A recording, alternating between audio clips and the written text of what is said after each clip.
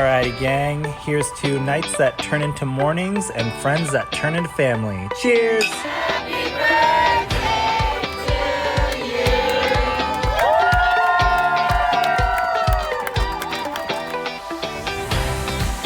Hello. Welcome to the Friendship IRL podcast.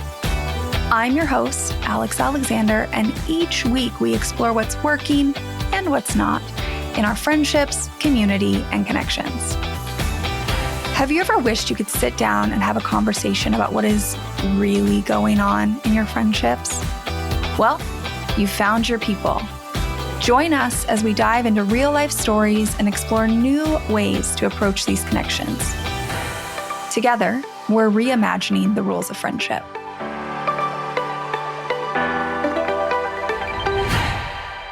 Do you ever have that moment where you see two friends? Maybe they're at a dinner and they're just having a ball. They are laughing so hard, they're having a good time. Or maybe your coworker is talking about this trip they're going on with their friends and just like how excited they are, what a good time it's going to be. Or maybe you're scrolling through Instagram, seeing everyone's highlight reels of that big friend party that they're having. They're having the most amazing time. And you're sitting there and you're like, okay, but how did they actually meet these people? And you might assume like, oh, well, they've known them since college or since childhood or whatever. But people are still making new friends. You are never too old to make new friends. But how? And there are endless ways. We talk about so many ways to make new friends on the podcast. And today we are diving into one that I have never covered before. Now, to some of you, I understand that this is going to sound terrifying at first, but stick with me because it's actually pretty brilliant. Today we're talking about speed friending. I'm sitting down with Georgia Huntley, founder of Friends of Friends, and let me tell you, she's doing something really special in the friendship space. Georgia hosts these incredible speed friending events that are designed to make meeting new people feel, well, get this, actually fun and effortless. I love her whole philosophy. She believes that building meaningful connections starts with practicing the art of being both interested and interesting. And we're definitely going to unpack what that means in this episode. Through her work, she's helping people step out of their comfort zones, spark great conversations, and create friendships that actually move outside of the group. Like real, genuine, let's get together type of friendships. The type where you might sit in a restaurant and laugh uncontrollably. In today's episode, we're going to talk about what actually happens at these events because I know that you're curious, why they work better than you'd think, and yes, we're even going to cover what to do if you're sitting there thinking, this sounds terrifying. Now, Georgia has created this really fun space where people are actually forming IRL friendships. And the best part is that we're going to close out this episode and she's going to share with you how you could create something similar. Whether you want to create a formal get together like she has, or you just want to gather some friends of friends in your living room. So if you've ever wondered how to make friends as an adult, today we're going to talk about another way, which is speed friending. Let's dive in. Hi, Georgia. I'm really excited to talk about Friends of Friends and to talk about speed friending. Yeah, me too. Thanks for having me. I can't wait to share. Of course. I mean, I couldn't say yes fast enough when you reached out.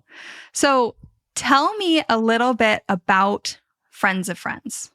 Yeah. Okay. Friends of Friends right now is a speed friending event, and it takes place in Guelph, Ontario. It is for about 30 to 40 people, and it's a very casual way for adults to make connections.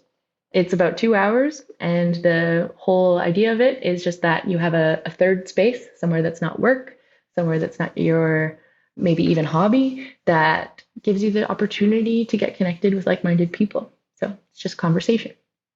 So very, very needed Yeah. in the world today, which is, I mean, maybe why you started it. Why did you start Friends of Friends?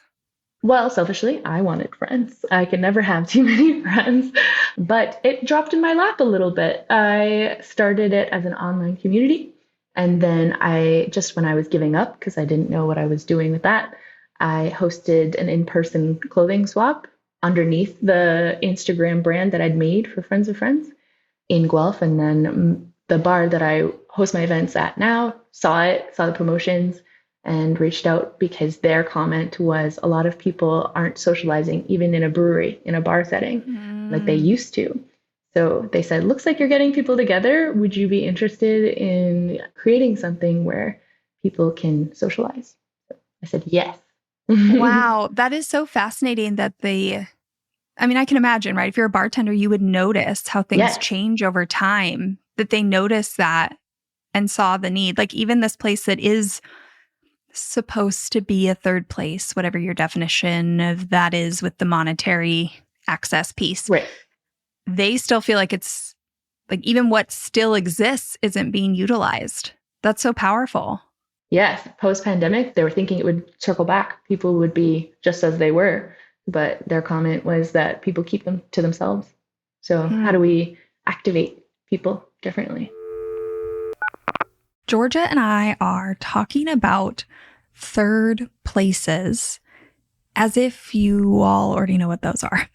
And I understand you may not be caught up on what a third place is. So I'm going to give a brief overview here, but I want to tell you that if you go back to episode 38 and 39, I have 2 episodes that go deep into third places. But here is the quick overview.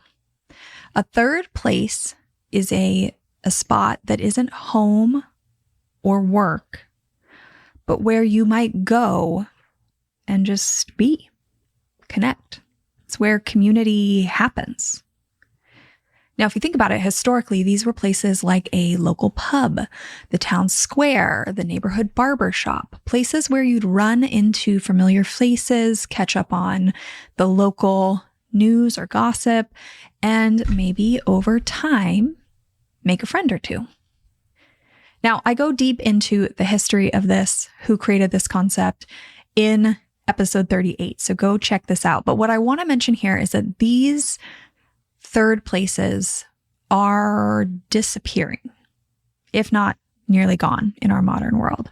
Like, when was the last time you just went to a local spot where you just hung out, hoping you'd run into people from your community? It's probably been a while. And that is actually a huge part of why making friends as an adult feels so tricky.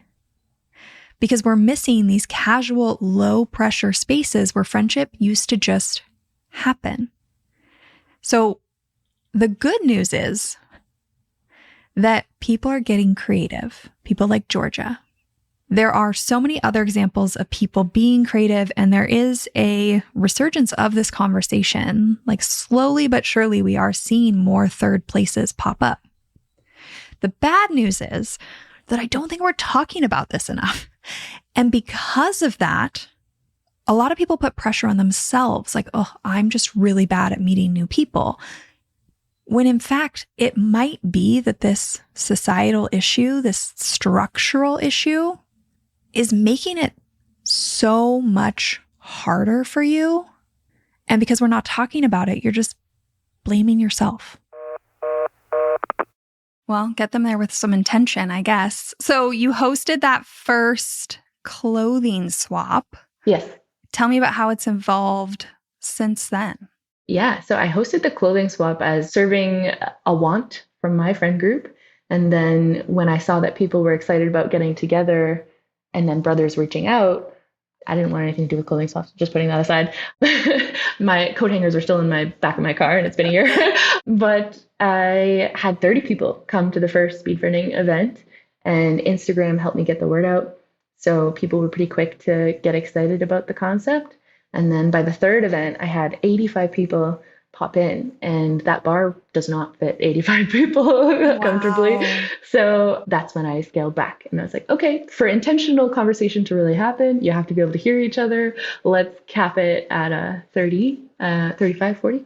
So then we've done me, myself, and I have done 26 of these events, and 30 people come at least every time. So it's been awesome. Nobody can see my face right now if you're listening to the podcast, but I'm like lit up over here because 26 events is no small feat, Georgia. You have to be so proud of that. I appreciate you. Yeah, I am. It's been magical. I can't stop. People walk away feeling so connected that I'm like, yeah, I have to do this. I have to continue doing this. Yeah, you have to. Well, yeah. You don't have to, but yeah, it is creating a ripple. That's great. So cool. So, I mean, now I'm curious, do you have a lot of repeat people, or are they new people each time? It's a very beautiful mix of new people and my OGs. They pop in and out. There's maybe a group of 10, and those people have formed a own socializing event where they go to a trivia at a different bar every week. Ever since I've hosted Speed Friending, they invite new people that go to Speed Friending to then follow up and go to trivia a couple nights following the event. And they've been doing that ever since I hosted the first event. So that's kind of like the core group that like brings people in each time. They're like, yeah, come meet everyone. So it's really beautiful. Yeah. And then they take it outside of friends of friends. They're like taking these friendships out. Yeah. You know, this is one way to turn somebody you meet in a friends of friends group or in any space to meet new people and actually develop it into like that deeper connection that people often want. You don't have to want that. You might enjoy just the casual socializing, but yeah, it can be both. And then we have our online Discord group where it serves as that reminder. So someone's always reaching out like, hey, who's going to trivia? Like, and it just rotates between the people that go regularly. Like there's no set, hey, who's carrying this? It's like, it just happens. And Guelph, where we are hosting, that is very much the social vibe here. Like that is just very quintessential to the residents here. So I wonder how it would do in other places, but I have to believe that that's what people do. I want to point out a couple things that are actually pretty genius happening here. There are two things that are happening that are really taking these speed friending events and giving some structure, giving some help, giving some support for people to turn them into actual friendships. So the first one is the trivia night. And I know maybe Georgia, it sounds like the OGs kind of set that up, but here's why it's brilliant. Now, remember that the Friends of Friends events can only host about 30 people at a time, which means that even if you love going, you may not be able to go to every one. And the person you met that you were really interested in talking to again, they may not be able to go to everyone. So that kind of disrupts this pattern of consistency that you might find in a volunteer organization where you all volunteer every week on Thursday. Maybe you miss one here or there, but it's pretty likely you're both going to be there, right? The Friends of Friends is a little different, but maybe that actually created a better scenario because now we've got like an offshoot event. We've got the trivia night where it's kind of this open invite, come hang out, right? It's every week. It's creating that consistency, but it creates this perfect excuse to hang out again. And trivia specifically, I love it. I love it. Maybe I'm going to tell more people to plan trivia nights because the thing about a trivia night is it creates this opportunity for you to discover so much about these people. Like suddenly you could discover that in round 3, somebody is a total film buff. Maybe in round 5, you discover that they have this really deep knowledge about marine biology because they were obsessed as a kid. A side note, seriously, why did we all want to be marine biologists?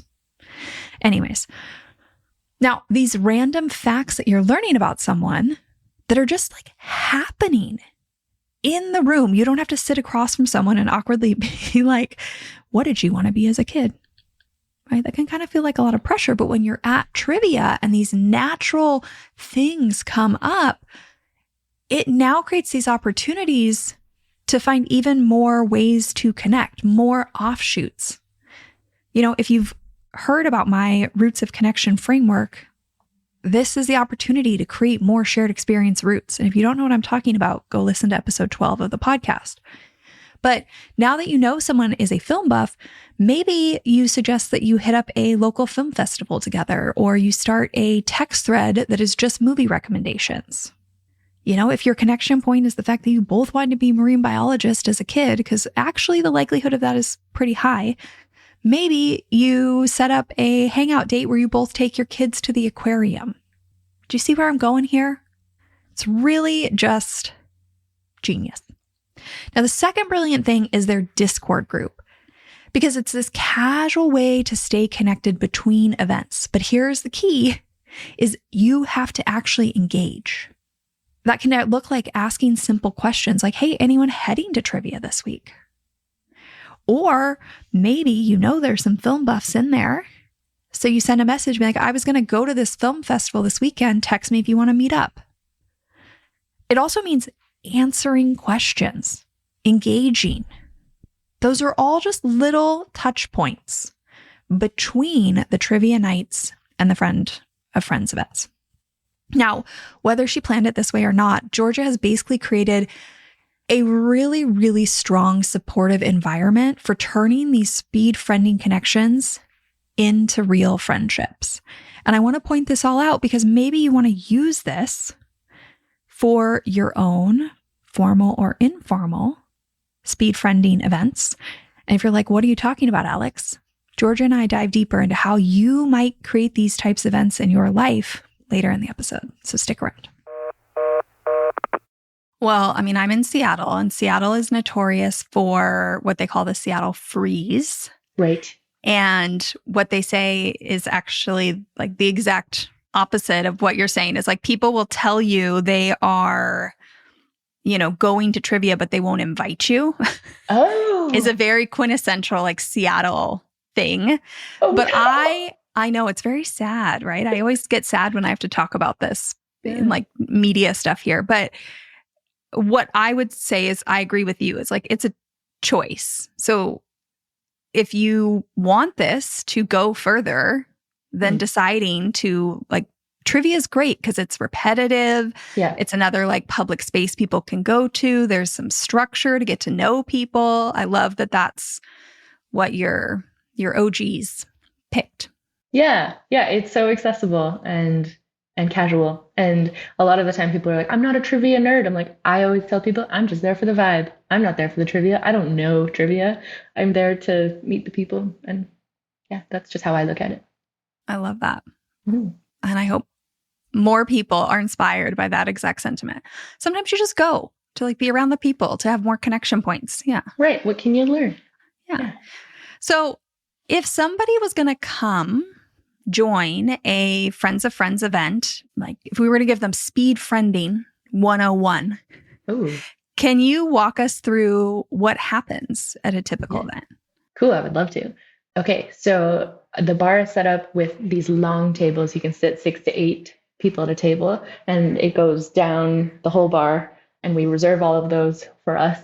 So when someone walks in, then they grab a drink, and then I say, just give me a minute. We'll wait for people to come in.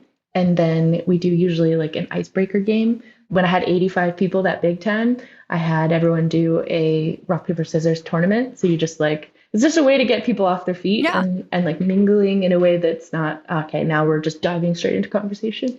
So we had people like stand opposing each other, and they'd do rock, paper, scissors. And then they would go to the back. And then the person that lost would like cheer on the person that's still continuing. So then anyway, I digress. That's an icebreaker game. And then I say, okay, have a sit anywhere. It doesn't matter. At the tables, there's these prompts on the table, and they're just there to help guide your conversation. They're not there by any means to be checked off. But people love that when they're feeling frozen and they don't know what they want to ask or what to how to steer the conversation, they can just glance down and use them. And that's just a rule. We have 2 more rounds after that. So it's 20 minutes. You get a chance to talk to a bunch of people. And then the tables are also labeled with topics. So like music, pop culture, nature, hobbies, cars, tech, travel. And that way it just guides maybe more like-minded people so that when you get up from the table, you look around and you go, oh, I might want to talk about that. Same idea. There's prompts to help you go through the conversation. And then 20-minute passes. Hopefully you connect with people. And then you do another round. And then I have these business cards that you kind of fill in. And it's there if you meet someone and you're like, oh, we kind of connected. Here's my information. And on it, it's like, what's one thing you would like to do with your new friend? So you can kind of like preempt the next activity. Yeah. And then people can pick those up and just be like, hey, if you want to connect, here's my info. And it's got like their handle, social handle. Then after the event officially wraps up, people stay talking. They're there. They close down the bar. I'm like, okay, enjoy your evening. As I was listening to you, I was thinking like, how long... I mean, you have some OGs now. You have some people who are used to this.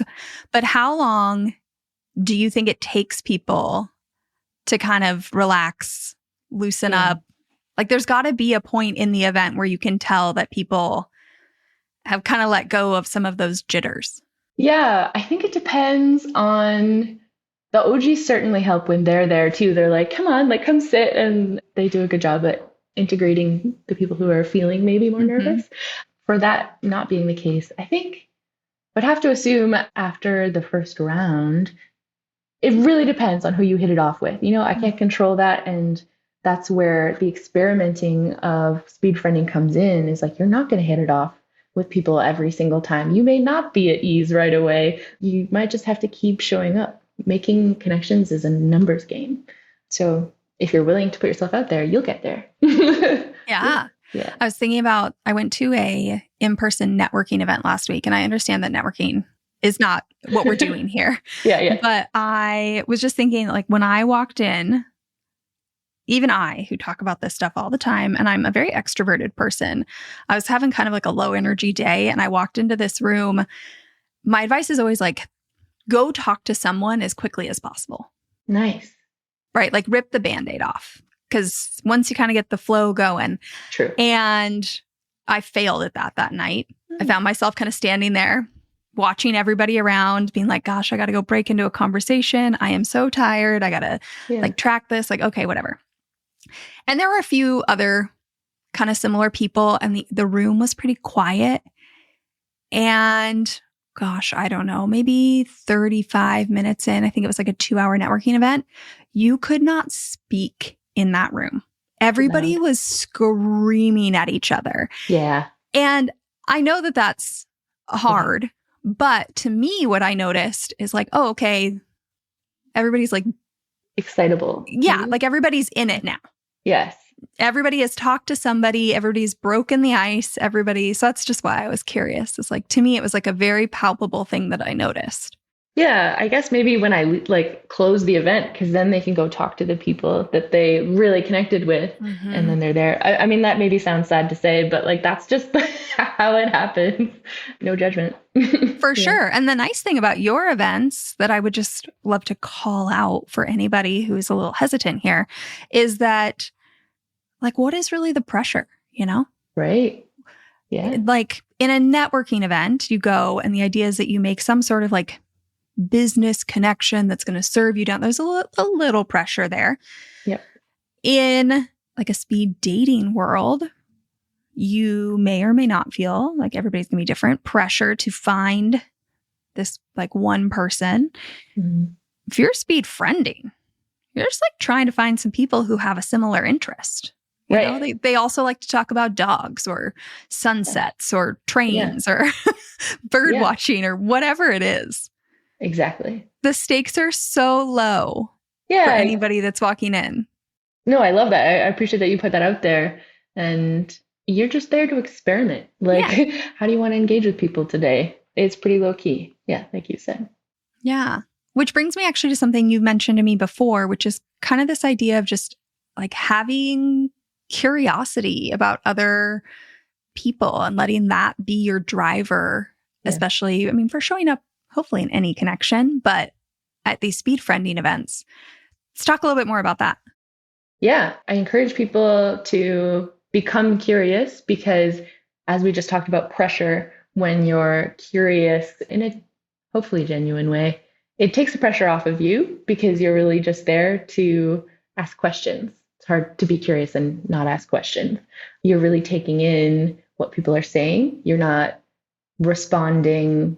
What do they say? Like, you are more active in your listening. When someone stops talking, you're not just trying to fill the space. You're actually following up with a question. I think a lot of the time we don't dig deeper. If someone says something and then we just, oh, okay, next. It's really valuable if we have that lens of, I'm just going to be so interested. And I translate that to curious so that I can see what that person is about. And hopefully not in an interrogative way, in an open, like, oh, tell me more about that. Like, and then people do, they love it. So it takes pressure off of you. Exactly. And like when you're in a room with 30 other people who just went there to meet other people, like, wow, the range that might be in that room of things. I've talked about this on the podcast before. This is not speed friending, but I was a member of a Toastmasters club for many years. And one of my favorite parts about it was that I learned all these really niche interests. Ooh, yeah. That these people had. And because everybody would do speeches on the things they were interested in. So I would hear speeches on like fountain pens and antique typewriters and Greek mythology. Those are niche. Yeah. One person thought that they missed their calling in life to be, this is a unique one, to be a podiatrist. Oh. And they would watch like podiatry surgery videos. And we would learn all about like the bones and the muscles of the feet. That's really cool. True story. And so I guess I'm saying that because like that's the joy of being curious, is like going in to these events like the one you're putting on. Like you never know what you're going to learn about. Yeah, 100%. How fun is that? Well said. It's exciting. Even if it's not something I'm going to maybe go down like a YouTube rabbit hole about, doesn't mean it's not interesting. And or not interesting to find out that somebody is interested in that. Yeah. Like sometimes I think to myself, there's this thing, I have these friends and they're very outdoorsy, very, they go like summit mountains and things and rock climb and this is not me. I don't even know. Yeah. Okay. You. And every time they do this, the thing I tell them is just like, wow, that is my worst nightmare. And so the fact that you traveled across the world to do this is just so fascinating for me. And I love that for you. Yes. Because like, wow, I want to understand the call to do that. Kind of like, I don't want to do it, but I wish wow, right? My brain is like blown that's how you're going to go spend 2 weeks. Yeah. You don't have to be attached to like, oh, well, I wouldn't do that. So then you shut someone down. It's like, oh, well, like, what did make you want to do that? Yeah, like, exactly. Who talked you into it? Like, or was it you? Like, yeah. Or like, tell me what was going through your mind when you were the hundreds of feet up in the air. Were you terrified? Yeah. It's you weren't? Oh, you kind of were? Okay. Please break that down, right? I'm just like so interested. Yeah. What they might say might apply to your life in like a different context. Yeah. So that it could be for you, but you don't know until you ask the questions. Yeah. So you mentioned this thing about like being interested. Can you talk a little bit more about that? I think to be a good friend, you have to be a good combination of interesting and interested.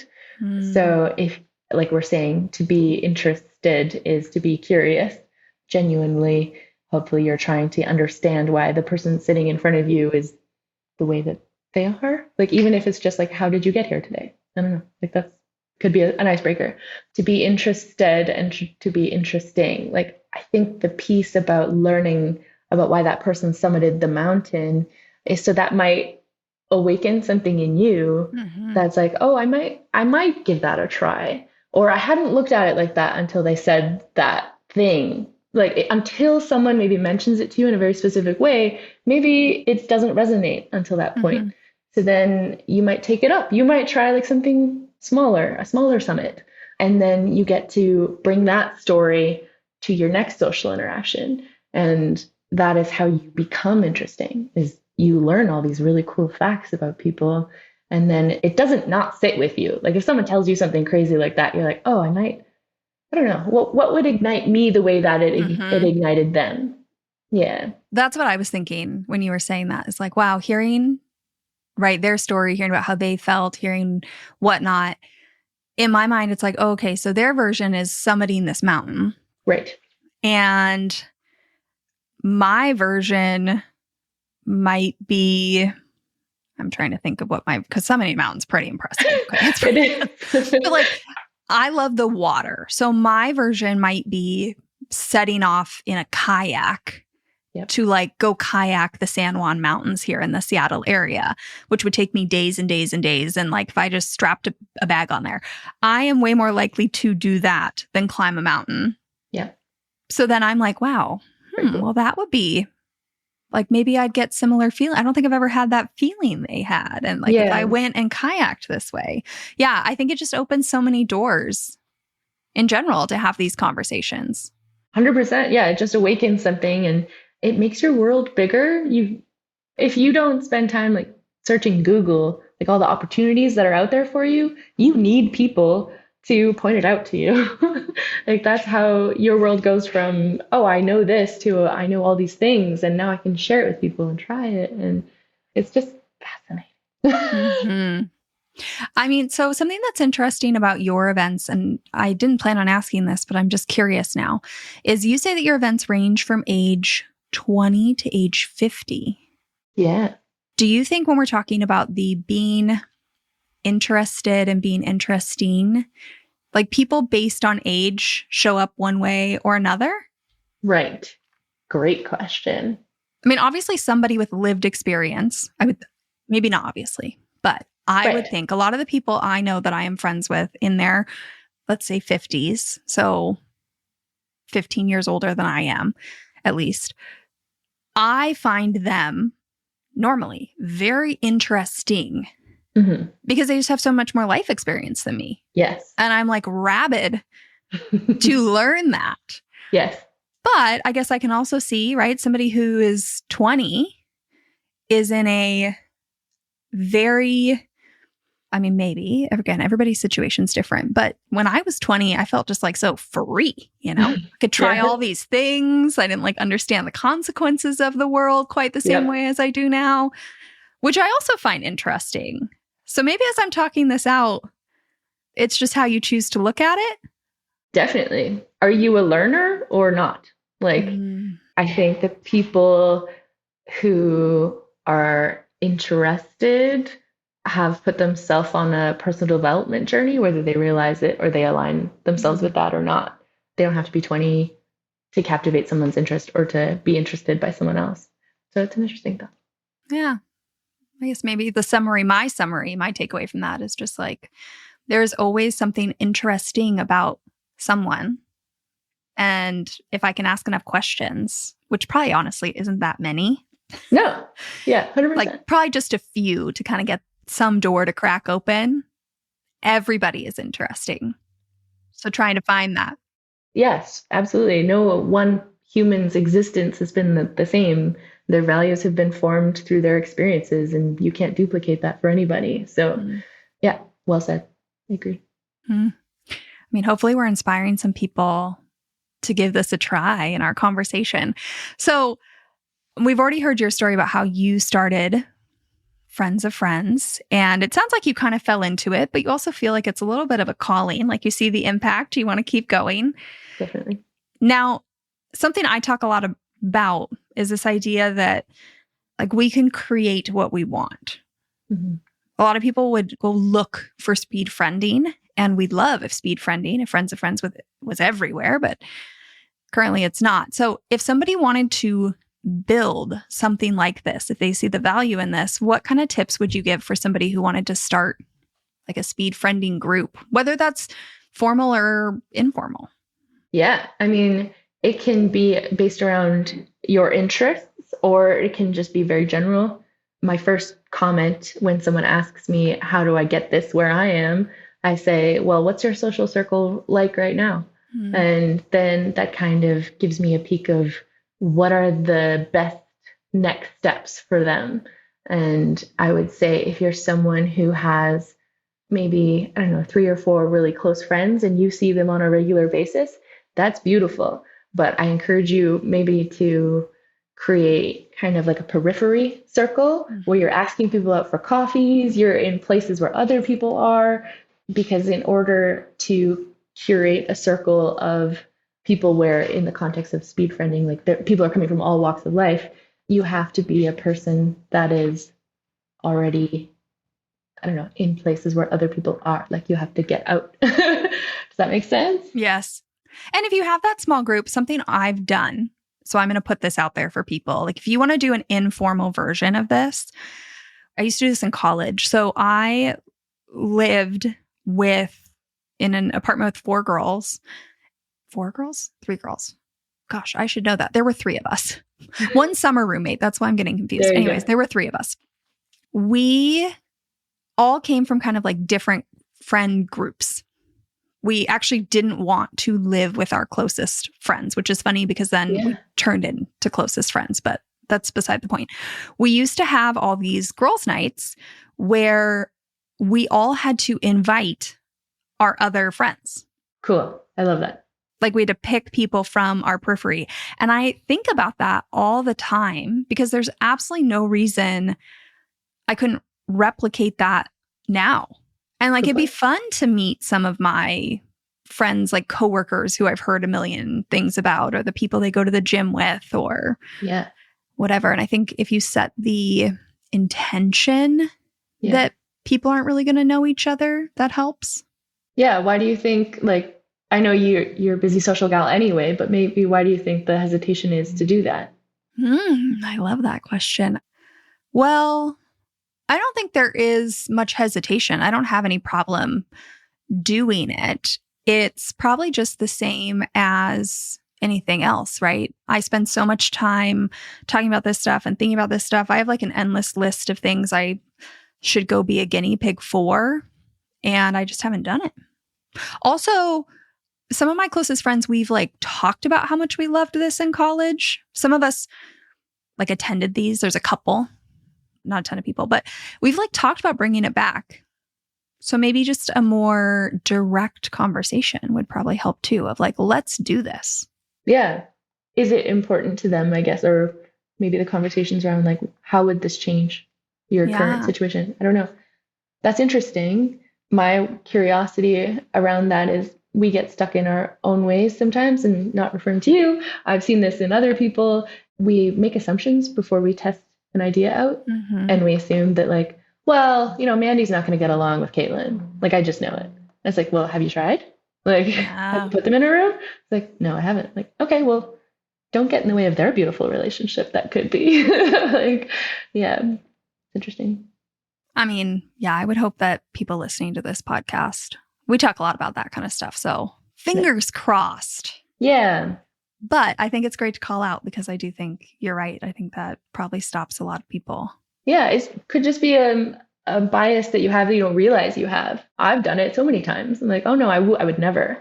But I think the interesting thing is like if you have a common likeness to someone and then a common likeness in someone else, like that's sometimes enough to get people together. You just think, try it out. No pressure. If they don't get along, that's quite all right. Yeah. You gave it a go. Yeah. And I mean, I would say, right, that's like a piece of vulnerability that should hopefully deepen your friendship because you did try and you did get to meet this person from another area of their life. And like, if it doesn't work out, that's okay. But it can still actually strengthen that friendship. 100%. Yeah, 100%. So that's a little bit more of like the informal. If somebody wanted to create a more formal version of this like you have, what would you recommend to people? Yeah, I would just start telling people that this is something you want to do. Just like start spewing it to whoever you can get in front of, because let the other people's excitement be a motivator. sometimes we think like, I have to arrange everything perfectly before I can start sharing. It's like, no, no, to heck with that. And then I would just start having conversations with like, I don't know, any shared space that you have an interest in bringing people into, because bars, like activity places, play with clay places, they want people to show up. So just ask. If you don't ask, you don't know. I would wholeheartedly agree with that. I don't do a lot of in-person events, but boy, do I get a lot of messages about hosting stuff like this. So, I mean, for anybody who is, out there who wants to start something like this, start talking about it, because you're right. There's so much interest by those spaces. Yeah. And you don't have to do it alone. Like, that's the beautiful thing about telling people is like, oh, would you be interested in helping me get this together? Yeah, I would. Oh, amazing. Didn't know until I said something. Yeah. Well, Georgia, I just think, I mean, what a beautiful, how often do you do these? Twice a month at the moment, but I'm trying to break into more. Yeah. So like about a year here. Plus? Year plus? I am 2 months away from a year. Congrats. Thank you. Yeah, it's been beautiful. Yeah. And you've like created a community around it of, you know, I would assume like very like-minded, curious people. Yeah. Very different, but very, yeah.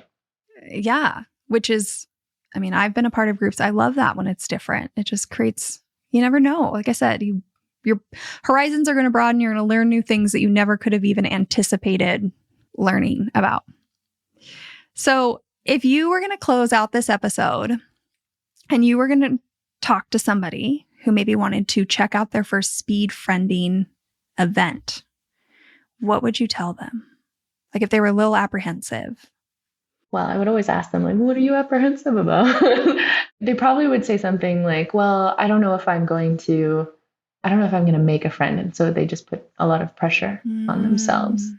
And to that person, I say, like, how excited would you be to have a fun night? Like, would that make your day better? And if you just like had good conversations, how would that feel? If someone was excited to talk to you, how would that feel? They'd be like, oh, pretty good. That would probably make my day better. Like, okay, just go in assuming that the people there want to be your friends, and then have fun chatting. Take the pressure off. Well, I mean, that is a beautiful way to close this episode, because it's very obvious you've talked to a lot of people about their fears, because I think you're right. I think that's exactly like the pressure piece is huge. So hopefully this episode has given people some permission to like let that go. Yeah, let it go. It's a success to just go and be curious and have a little fun and learn something new. Like that's enough. That's worth your time. I mean, I think Georgia closed out this episode so beautifully, but I think that it's so important that I'm going to reiterate it. And that is take the pressure off. So often I think people can get caught up in like, it's only worth it if I make a new friend. Number one, it takes time. So that's going to be discouraging if you expect to do it in one speed friending event. But two, go enjoy the process. Go be interested in the people around you. You know, use this container. Like if you are a Guelph local, I hope you go check out Friends of Friends. But if you're not, there's so much to take from this episode on just how to approach everything with curiosity. And if you do that over time, like little moments of curiosity, how that impacts your friendships. Because it really does add up and it gets exponential. So I want to tell you, whether you are a Guelph local or not, go check out what Georgia's doing. You can head to her Instagram. The handle is joinfriends.of.friends. It is in the show notes. Maybe go check out the events if you're local, but if not, go get curious about what she's doing and start thinking about how you might integrate some of this into your own life. With that, I'll see you next week. Thank you for listening to this episode of Friendship IRL. I am so honored to have these conversations with you, but don't let the chat die here. Send me a voice message. I created a special website just to chat with you. You can find it at alex.chat. You can also find me on Instagram. My handle @itsAlexAlexander, or go ahead and leave a review wherever you prefer to listen to podcasts. Now, if you want to take this conversation a step further, send this episode to a friend. Tell them you found it interesting, and use what we just talked about as a conversation starter the next time you and your friend hang out. No need for a teary goodbye. I'll be back with a new episode next week.